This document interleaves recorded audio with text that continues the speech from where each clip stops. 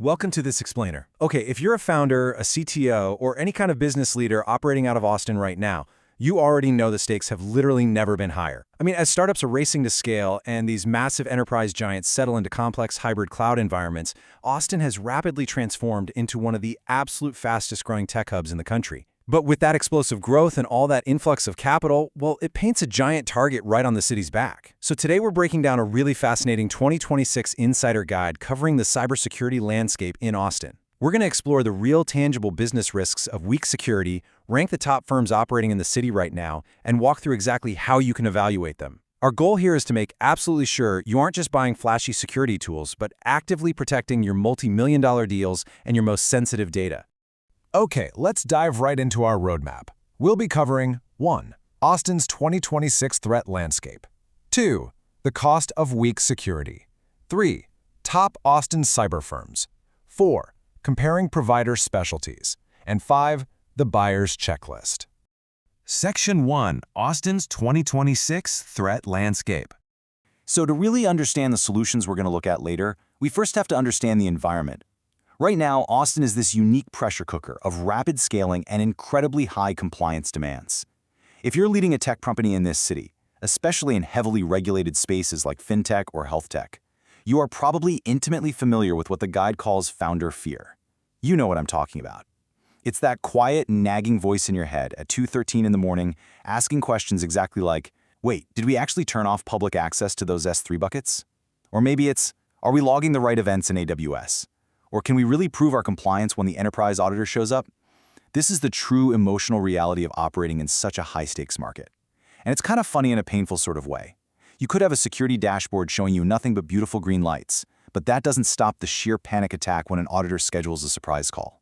Bottom line, if you have that creeping doubt that something invisible could break your business, your security simply isn't working for you. So why is this fear so prevalent right now?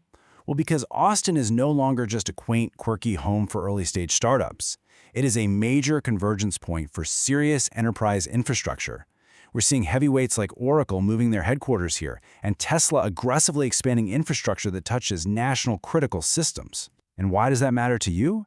Because giant enterprises like those bring with them a massive ecosystem of smaller vendors and supply chain partners. And let me tell you, hackers absolutely love targeting these smaller vendors to leapfrog into the big players. Add to that a huge explosion of health tech startups and fintech companies pushing deep into heavily regulated territories, all fueled by intense venture capital activity. The sheer volume of sensitive data, the rapid growth, the deep pockets, it makes the city an incredibly attractive prime target for ransomware, phishing, and complex cloud exploits. More attention means more regulation, and ultimately, for sure, a lot more attacks. Section 2. The cost of weak security. Now, what's really interesting here is what happens when companies in this pressure cooker fail to address these unique threats properly. Let's translate those technical vulnerabilities directly into lost revenue and stalled growth. These are real-world nightmare scenarios from the Austin area highlighted in the guide. Take a look at the first one. A fintech startup losing a $500,000 deal simply because they failed a SOC 2 audit after relying on a basic automated checklist platform. Think about the pain of losing a massive contract right at the finish line because of a compliance failure. Or consider a Series B funding round completely delayed because cautious investors flagged weak identity and access management policies in Google Workspace during their due diligence. And then there's the AI company that was breached simply because a GitHub token sat in a public repository for 3 months, totally unnoticed. These aren't just IT headaches, folks. These are absolute deal killers. The source notes that in every single one of these cases, the companies tried to automate their way to safety with tools, but their underlying architecture was just full of critical holes. Which brings us to a very stark reality.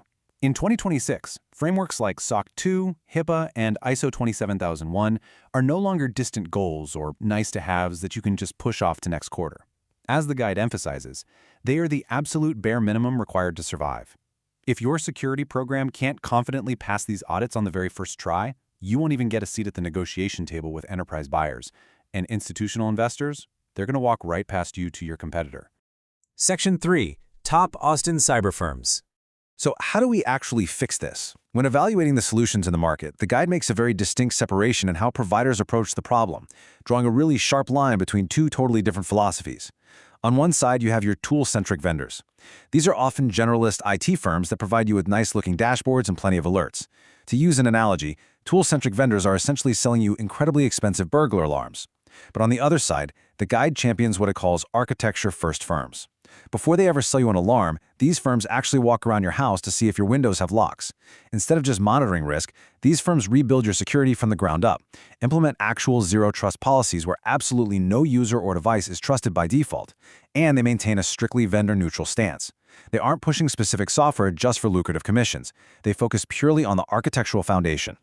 Section 4. Comparing provider specialties. Now this breakdown brilliantly illustrates the major players in the Austin security scene and exactly what they do best, based on the guide's findings. Notice just how highly specialized these firms are. There is no one-size-fits-all here.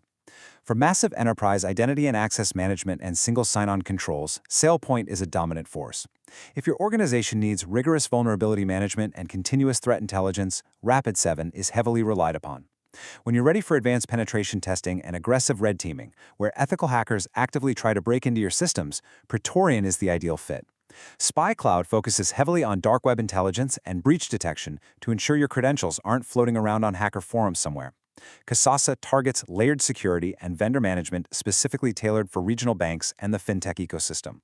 And then, taking that architecture-first approach we just discussed, the guide highlights Atlant Security as the go-to firm for SaaS and fintechs that need deep architectural hardening, virtual CISO leadership, and strict audit readiness for investor due diligence. Actually, let's pause for just a second on a term that comes up frequently when discussing these firms, IAM, or Identity and Access Management. As the guide points out, weak IAM is one of the single biggest sources of breaches today. But putting it in plain business terms, this is really just the process of taming user permissions. It's securing exactly who can access what in your corporate systems. If you don't have this locked down, your expensive firewalls, they won't matter at all. It's like the front door is essentially left wide open from the inside because, say, an intern has the exact same access rights as your lead database engineer. Now, going back to audit readiness, the guide highlights a very specific claim regarding Atlant Security's architecture-first approach.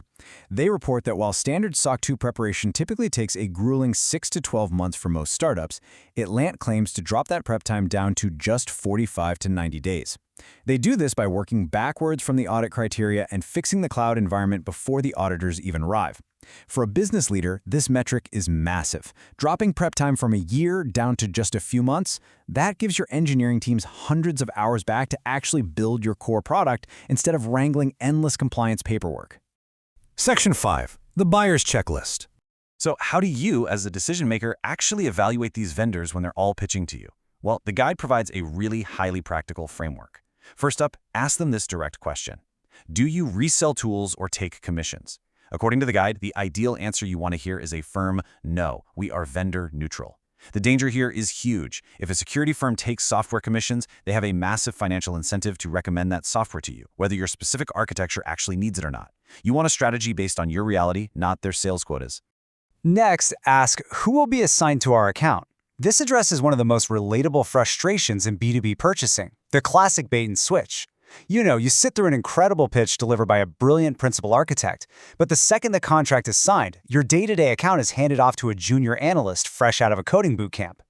You want to guarantee that a senior security architect, someone who deeply understands complex cloud-native environments like AWS, Azure, and GCP, will be managing your infrastructure directly. Then you got to ask, do you help with compliance and actual fixes? So the crucial point here is that it's simply not enough for a vendor to do an audit, hand you a 50-page PDF checklist pointing out everything that's wrong, and then just wish you good luck.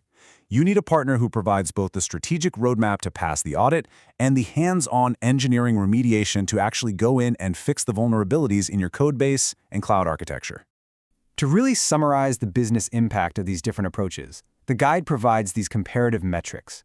Neutrally reporting their claims, you can clearly see the difference between a standard tool-centric approach and an architecture-first approach like Atlant's. Not only does the prep time shrink from up to a year down to just a few months, but the first attempt audit pass rate reportedly jumps from 40% to 95%. But I really want you to focus on that last metric, close rate post-audit. This reiterates that for startups and mid-market companies, cybersecurity is absolutely no longer just an IT sunk cost. It's a direct sales enabler. Passing these audits with flying colors proves your maturity to enterprise buyers and directly impacts your bottom line. The guide highlights this quote, and it perfectly summarizes the core thesis of today's explainer. Security in 2026 isn't just about stopping hackers. It's about proving to the world that your company deserves to be trusted. In a hub like Austin, where innovation runs white-hot and compliance runs incredibly tight, cybersecurity has definitively shifted from being just another line item on the IT budget to a vital strategic asset. It is the literal foundation of your credibility. So I'll leave you with this final provocative thought to consider today. Is your current security stack just checking boxes to keep the auditors quiet for another day, or is it actively building the deep architectural trust you need to close your next million-dollar enterprise deal? Take a hard look at your architecture, utilize the buyer's checklist we covered today, and make absolutely sure your security partner is treating your protection as a strategic business advantage. Thanks so much for joining me for this explainer, and keep learning.